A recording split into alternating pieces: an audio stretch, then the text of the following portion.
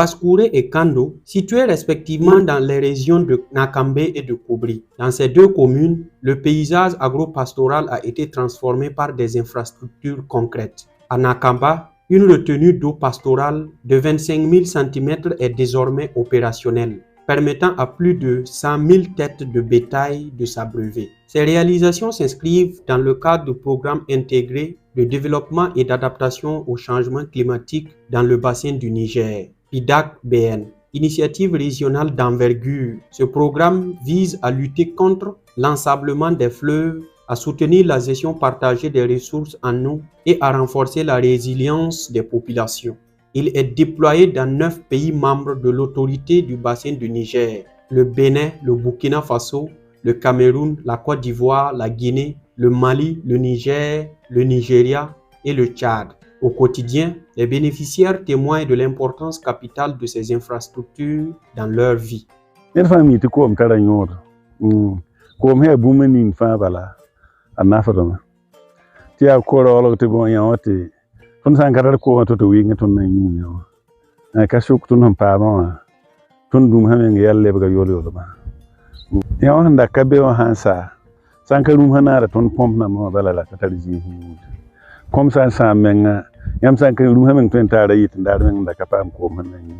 la commune de Baskouré, il n'y a pas assez de points d'eau pour nos producteurs. Il faut dire que cette commune est une commune à vocation beaucoup plus pastorale. Rien que dans le village de Nakaba, nous avons près plus de 150 000 têtes de bétail, grands et petits ruminants y compris. Et ce boulis a une profondeur maximale de 6 mètres. Et avec ces pluies qui ont ravitaillé ce boulis, nous avons la certitude que nos producteurs pastoraux ils pourront abreuver leurs animaux ici. Jusqu'à présent, déjà même les animaux sont là, ils s'abreuvent ici. Voilà un certain nombre d'animaux qui sont venus s'abreuver et qui attendent pour repartir en pâturage. Il faut dire que le PIDAC a 3 principales composantes qui sont relatives à la résilience des écosystèmes, la résilience des populations et la résilience climatique. C'est dans ce cadre-là que ce projet que nous suivons ce matin, notamment le boulis de Nakaba, rentre dans ce cadre-là. Et la supervision que nous menons aujourd'hui, c'est de venir voir des visites, ce qui a été réalisé. Et parlant des objectifs, vous avez entendu à la population que vous avez un cheptel de plus de 100 000 têtes et que les besoins en eau étaient vraiment très cruciaux. Donc, ce qui fait que ce projet-là est vraiment très pertinent et ça permet effectivement de booster ce qui concerne l'élevage et également permettre à la population où il y avait une pression sur les forages, d'avoir l'eau potable à disposition sans concurrence avec les animaux. Aussi, dans la commune de Kando, région de Lobri, un nouveau boulis de 25 000 m3 est actuellement en réalisation. Cet ouvrage fait la fierté des populations impatientes de voir l'aboutissement de ce point d'eau qui viendra soulager durablement leurs besoins. Malgré les défis du chantier, l'infrastructure constitue déjà un réel motif de satisfaction.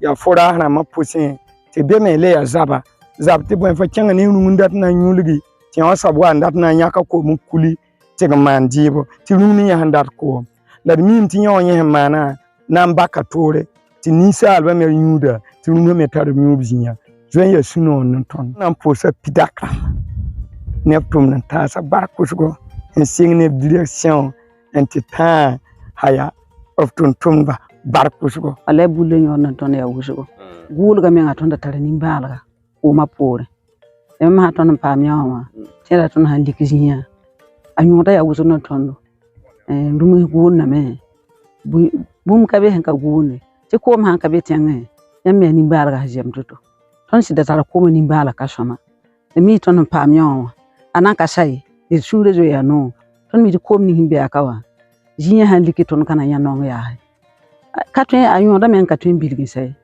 ko mi ya vi mi yar men pakati kin reton gulu ga pada wedo ki de me ko yudu ton tuude bul mo se te nim balga bul pomra ma wa me ka shekala kan ya zaba akara ni foten kinga ndum woto na tingulu mi dinti ta désir bi katriya fo yilente fo rumse men kolon pa mi ya to e ton pa mi on pale ton ka tun pour se ton pour la swangar ba baraka ana ka say de tunia ya no eti na jem same on trouve des difficultés parce que vu la lenteur de l'ouvrage, ça fait que un peu d'autres parents étaient obligés d'envoyer leurs animaux dans les provinces voisines pour pouvoir s'abreuver. Est-ce que vous voyez? Donc ça impacte directement la communauté, voilà, qui souffre énormément. Si ça c'était à temps réalisé, je pense que l'un dans l'autre, ça devait quand même les...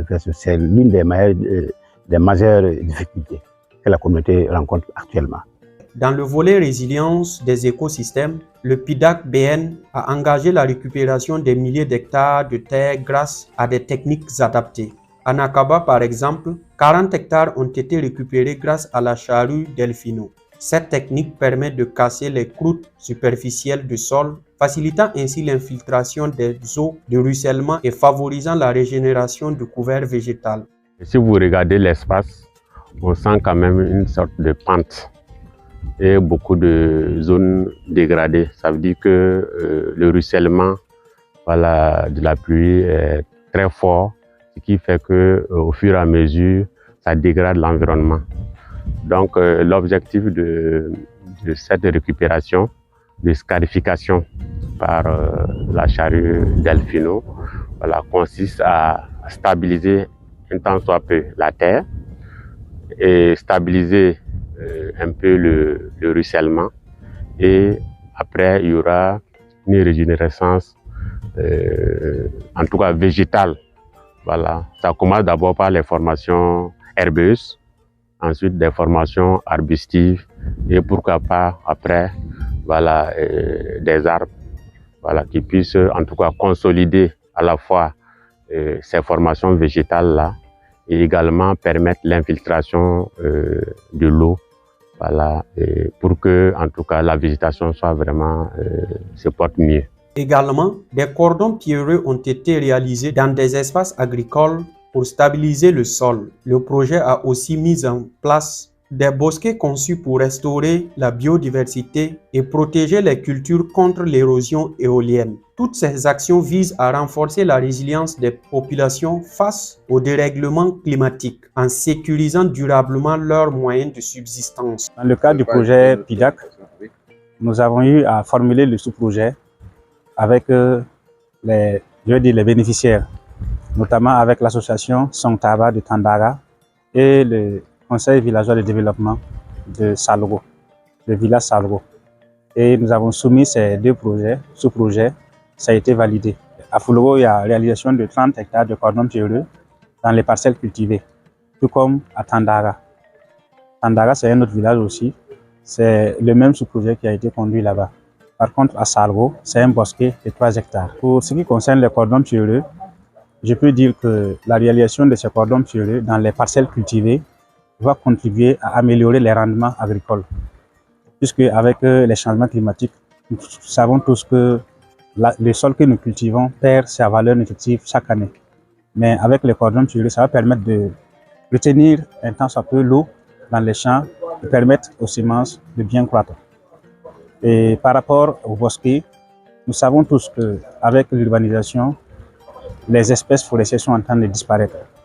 Et si nous arrivons à mettre un bosquet sur place, nous pourrons récupérer certaines espèces y planter là-bas et ça va servir à la génération future. La résilience climatique est au cœur des interventions de PIDAC. Dans la commune de Basse-Kouré, une station synoptique a été installée afin de permettre une meilleure collecte des données météorologiques. Cette station contribue désormais à une meilleure prévision des risques climatiques et aide les communautés à mieux planifier leurs activités agricoles et pastorales. Le dérèglement climatique est une problématique très aiguë à l'heure actuelle. Et avec cette station, on va avoir des données qui vont permettre de conduire les activités agricoles, les activités de sylviculture et pratiquement tout. parce que ça va nous permettre de savoir comment peut être la saison. Et quand on anticipe, je crois qu'on peut éviter beaucoup de désagréments dans la production. À ce jour, le programme affiche un taux d'exécution physique de 55%, soutenu par un investissement déjà réalisé de plus de 4,5 milliards de francs CFA, avec un volume cumulé de 75 000 m3 d'eau mobilisés à travers 3 ouvrages majeurs. Le PIDAC BN confirme sa position de modèle sous-régional. Porté par l'autorité du bassin du Niger et mis en œuvre par des équipes techniques nationales, ce programme bénéficie d'un appui de partenaires financiers stratégiques dont la Banque africaine de développement et le Fonds vert pour le climat, qui soutiennent cette dynamique de résilience. Les perspectives visent désormais la finalisation des investissements restants d'ici fin 2027, avec un accent prioritaire sur la maintenance des ouvrages et le transfert effectif de la gestion aux comités locaux, garantissant ainsi la pérennité des acquis.